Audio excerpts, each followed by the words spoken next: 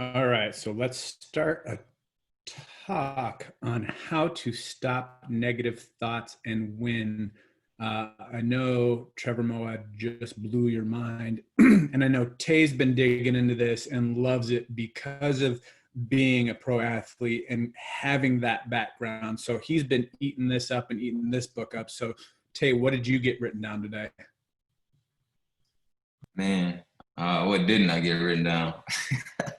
It was so much, and I think so much good. And I just love the book. Personally, because the athlete that he talks about, these are the guys that you see, and you wonder like, why are they so different? What are they doing differently? And now we have a peek inside, literally not the physical things that they're doing because they're gifted physically, but what are they doing that separates them from the other people? And like he said, it's that 3 to 5%, and that's your mindset. And that's what they go to work on. They go to work on not just getting stronger physically and not just getting faster physically, but also getting stronger in the mind, getting smarter, getting more understanding that, the slump is going to come, but how can we shorten this slump from a 14-game slump to a 4-game slump? And that's probably what I love the most about what he thinks about the neutral thinking. The same with this business. Like the no's are going to come, but how many no's can I get out of the way so I can get that first yes? How many times can I do the hard things so I can celebrate the easy things? So the thing that really stuck out to my mind, and it's the same thing with the book, is it was very straightforward, and it really just allowed you to like really take responsibility and ask yourself, like me and Carrie asked ourselves after we read the book. It was like, are we willing to do the things that we need to do to go double ambassador? Like really getting serious, asking yourself that question. And he said, people who are average become average by doing average people things. People who are great become great by doing great people things. People who are successful become successful by doing successful people things. And I say to you, people who are rubies become diamonds by doing diamond level things. People who are presidentials become ambassadors by doing ambassador diamond things. So you have to honestly ask yourself, what are you doing on a daily basis? We've been talking about the 6 list. We've been talking about the income producing activities probably for the last 3 or 4 weeks.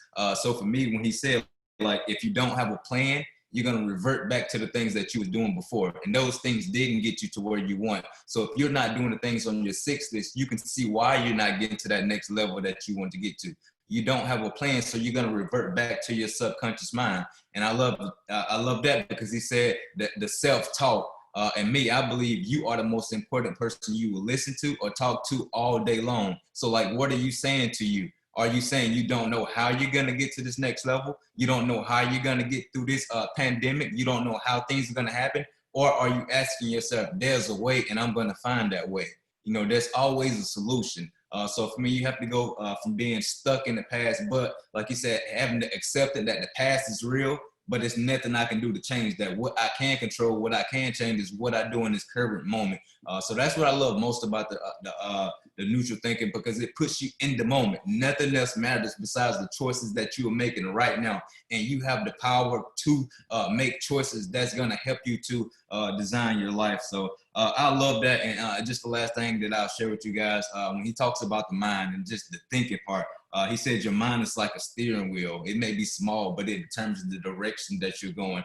So I think you just have to set your mind. Like every morning, we've all heard the scripture, set your minds on things above. In the morning when you get up, what are you setting your mind to? The first thing that I set my mind to is gratitude. I want to be grateful because me personally, I know if I wake up and I'm grateful, then I'm going to have a positive attitude towards everyone else. It's important for me to have it toward myself, but how it affects my family and my kids, understanding that sometimes they get up, they don't know how to set their minds. So if they don't set their minds and I don't get up and set my mind, then they can do little things that may just get me in this bad attitude. But by me just waking up, being grateful and understanding that I do get to be a stay-at-home dad with my kids, I do get to see these moments and just celebrate it along with my wife while building an amazing business. Like those are things for me to just stay focused on and just be grateful for. So you just have to set your mind early in the day. That should be the first thing that you should do. I was listening to this one YouTube and they had the general on. And he did something I just wanted to start sharing with my son Riley, because he don't understand like neutral thinking, positive thinking, how to set your mind. But the thing that he can understand is getting that small win for the day. So the first thing that I start teaching him to do once he get up, besides brushing his teeth, is make your bed. Because when you lay down at night, guess what you get to come back to your room to a made up bed, something that you did for yourself. So for me, helping him get that small victory is a way of him setting his day to already celebrate something that he's done for himself and nobody had to help him do it. So just find ways to give yourself a small victory early in the day so you can ride that out and just catch the momentum of you just doing something positive for yourself that's going to lead you to more small wins throughout the day. So this was super awesome. I challenge you guys, if you haven't read that book yet, man, just go read it. And like he said, I'm a serial reader, so I didn't really like that part. I love to read.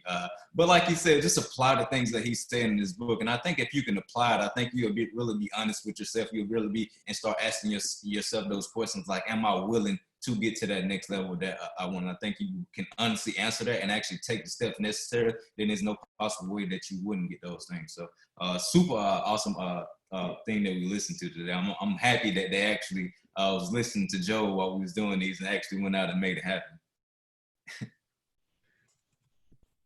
All right, so we got a professional athlete's opinion. Now let's get a professional military person's thought process on this. Chad, what do you have written down? Well, the first thing that I'll say here is that we can't control so much the thoughts that come into our head, but we are in total and complete control of the words that come out of our mouth. So knowing that, I mean, I completely believe there's power of life and death in the tongue.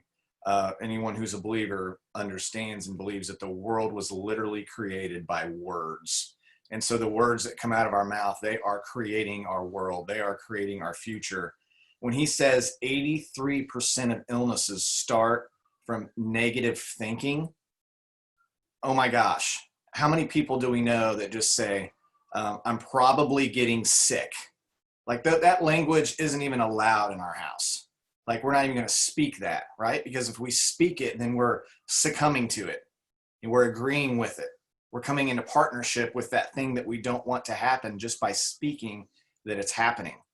Okay, so that's the first thing I would say is there's no point, there's no benefit at all ever of speaking negative things out loud or trying to call those things into existence. You know, we're basically saying things that we don't want to happen. So why would we even say those in the first place? So the first thing I'd say is get that out of there. Now, knowing that and knowing we're the sum of the 5 people we hang out with the most, you have to, I think he said, keep negative people out of your proximity. Like, and I get it. There might be some people on listening right here and you might say right now your spouse is negative. Well, what it's going to be a battle. Like you're going to have to just become positive and neutral and guide your spouse into that place and continue to present the evidence and the reality and the proof that they have to stop doing that too, because we are the sum of the 5 people we hang out with the most. So, and I know that's a battle in some households. When he talks about what is the subconscious plant, conscious and subconscious talk, you know, you hear in It Works a lot of times, Pam Souter especially, she'll say, take 3 days and write your thoughts down. Because if you can identify where your thoughts are coming from, you can go back and you can, what Jim Rohn would say is change your philosophies. You can go back and change your philosophies, and eventually those thoughts that don't line up with your philosophies, either your philosophies will change or your thoughts will change. It's a process, and it takes time because we are where we are. Every single one of us right here. Some people are more negative. Some people are more positive. Some people are already more neutral. You know, if you're on the positive side, you can't just sink into the couch eating popcorn, watching Netflix going, I'm going diamond, I'm going diamond, I'm going diamond, I'm going diamond, because the end of the month hits and you're still not going to be diamond. I mean, you're just not, right? Because there has to be the action. There has to be the positive thinking, and there has to be the action. And if you're not doing the action, then you have to go back because it's because of your past and it's because of these other things that are causing you to not go into action. Your philosophies, your attitude, it leads to your action, it leads to the results. So if you go a week and you don't have any enrollments, that is real.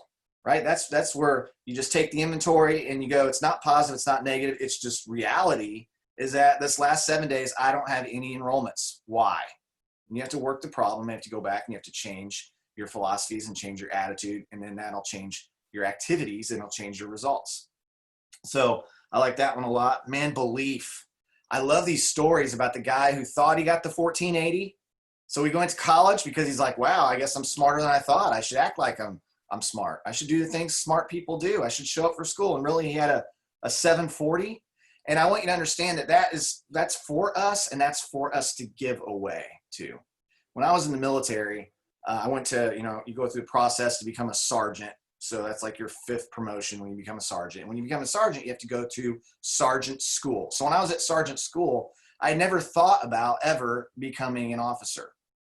But I was at sergeant school, and this instructor said, "Hey, Kneller, will you stand up for 5 minutes and give us a presentation on the Army values?" So I got up and I did my best that I could. And a few minutes later, after class was over, he approached me and he said, "Have you ever thought about becoming an officer?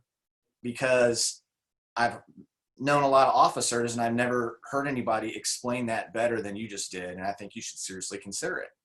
And he literally planted that seed so deep in me from that one conversation that now that seed grew. And I thought, I wonder what that would look like to become an officer. See, when you plant the seed, you might be talking to somebody whose rubies is all they can dream of right now. That's all they can dream of, but you see a diamond in them. And so you say, you know what? I've known a lot of people come to my organization, and I'll tell you what, you are a kind of person that could go diamond and beyond, and you're the one that plants the seed in that person. And then you get to water the seed and water the seed.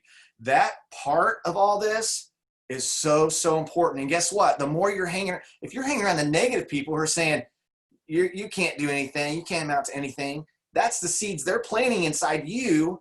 You get around the positive, you get around Joel and Tay and your upline of people who are going to plant the seeds in you. See how that process helps. That's why we want to be around people that call us up.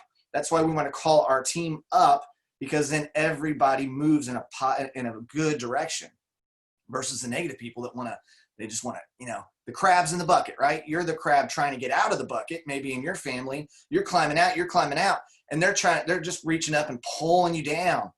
So you gotta see who's outside the bucket and say, I want to be with that crew. I'm exploding out of the bucket and I'm never going back to the bucket. So that was another one. Neutral is accepting the past is real. And again, that goes back to reality. Every single week we take inventory of, on Sunday, we have a focus group. And so we get with our focus group and we say, and this comes from like a game plan interview the company put out years ago. We've modified it a little bit, but we go and we say, how are we doing? What were your goals last week? Let's look at, did you accomplish your goals? Yes or no? Okay, you did, great. You didn't, okay, we have to make adjustments. And then what are the goals for the next week? It's plan, do, review. Every Sunday we set a new plan, and then we have the week to do the plan, and then we review the plan to set the new plan so that it can get a little bit better and a little bit better and a little bit better. And people who can never enroll 2 people a week start enrolling 3 people a week, and then they move up to a person a day, and then some 2 a day, and then this month we have people doing 4 a day. And it's just you have to just start where you're at. Reality right there, that's neutral. Here's where I'm at. I'm new. I've never done this in my life. Okay, let's find out 1. Starts with 1, right? Let's get 1. And then after you get 1, now your record is 1. You signed 1 in a day. Well, guess what? That first day you signed 2. You broke your record. So don't worry about the person who's signing 49 by the 10th of the month. You've got 2, and now you can do 2 again, and you can break your own record and get 3. You got your own scoreboard. You can compete with yourself, right? So that's a good one. And Tay already talked about people who do average, people become average, do average things, that kind of stuff. So the last one that I'll share here, he's talked about that one. So the last one I'll say is that, who do you think you are? It's so important. Who are you? Like if someone asks you who you are, you have to define that. You have to decide now who you are, right? Currently, and who you want to be, right? And that is it's a process, but you can become the great and the greater and the guy. I think today we just got so many nuggets from someone who's hanging around massively successful people. They're speaking in a language that massively successful people speak in.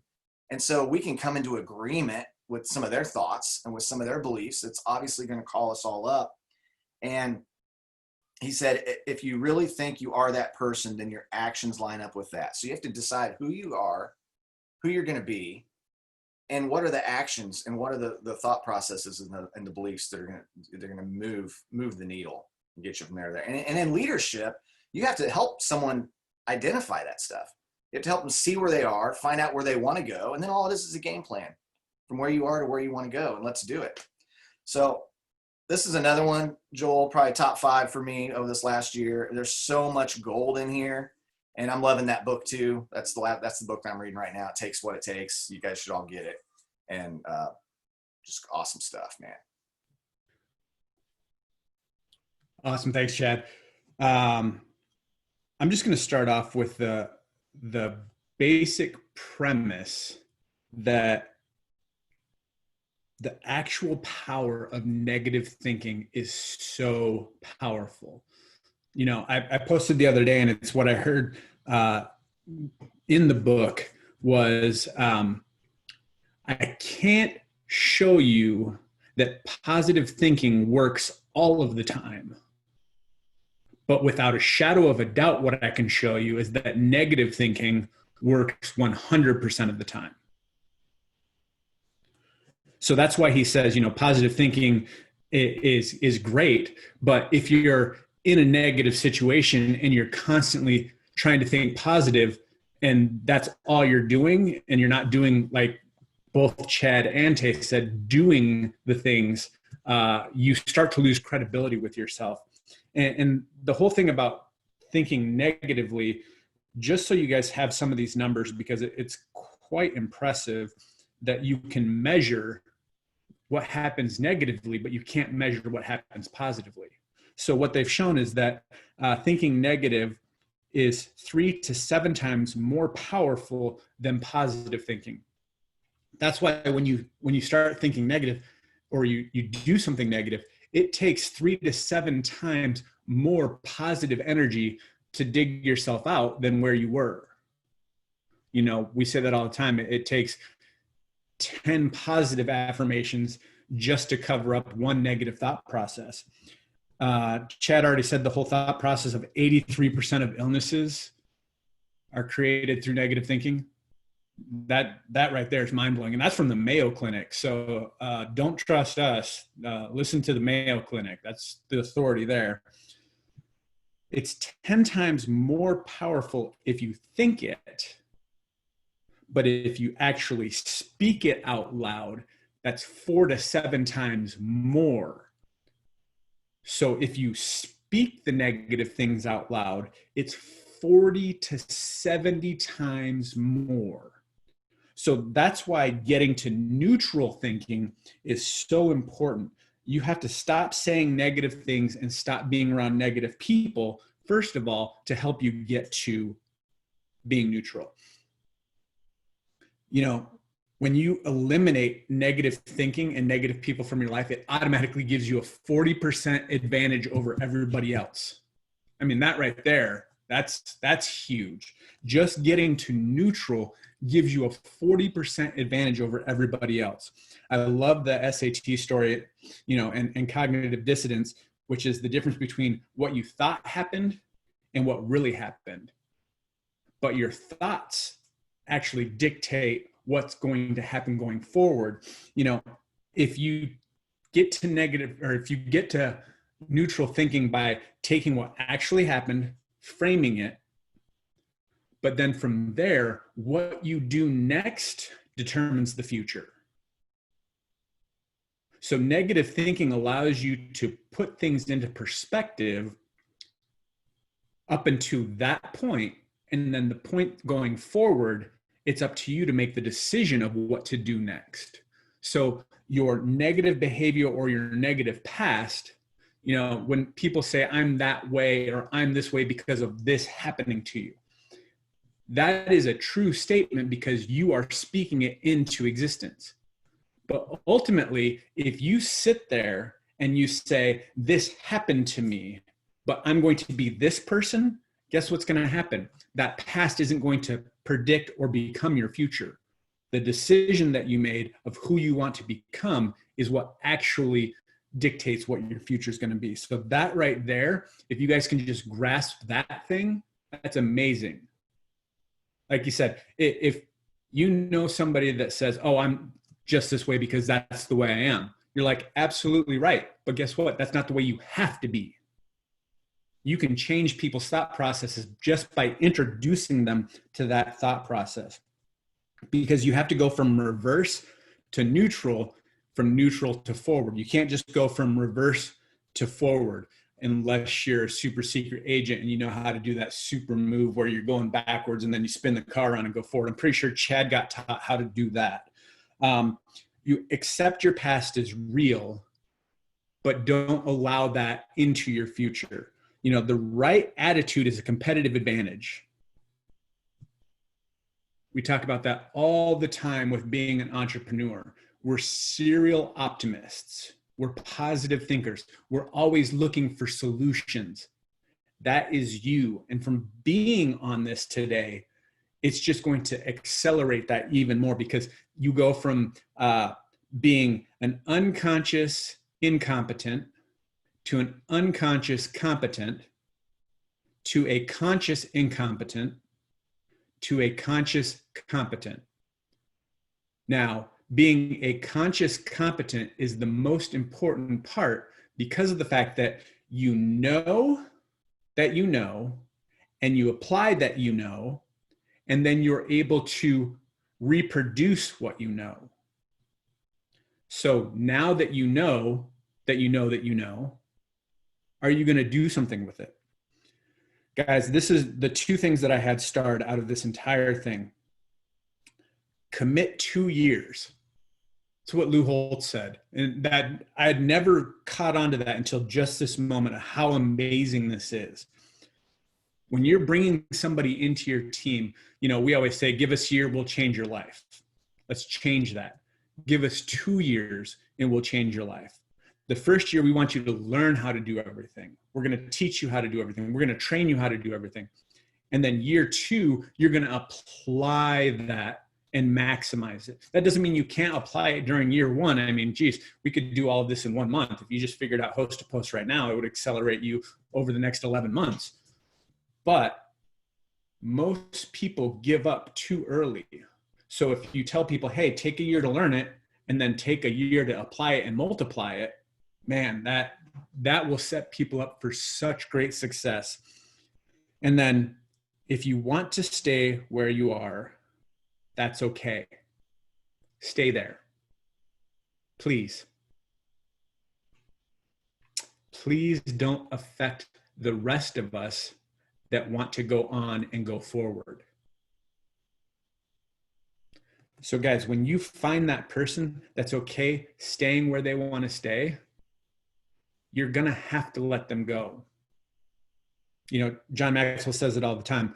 You want everybody to get on the boat with you, but that's just not reality. Sometimes people have to stand on the shore and watch you go. But you need to know that you can't drag them along, because it's like dragging an anchor. You can't get to your destination if you're dragging the people that want to stay where they are. So be very discerning on who is trying to stay where they are and who's trying to keep you in that bucket, like Chad was saying, crabs in a bucket. Guys, hopefully you got a bit of nuggets from this. I mean, we've got pages of notes, but go out and get Trevor's book. It takes what it takes, because it will radically change your life. And the reason why is because, as Tay said, sports is one of those things where you can't hide because of the fact that there's a scoreboard. In case you didn't know, your business has a scoreboard too. So taking the things from this book and applying it to your business will cause you to run up that score. And that's exactly what we want for you guys. Guys, go out, make it an awesome day. And we can't wait to see you again here soon.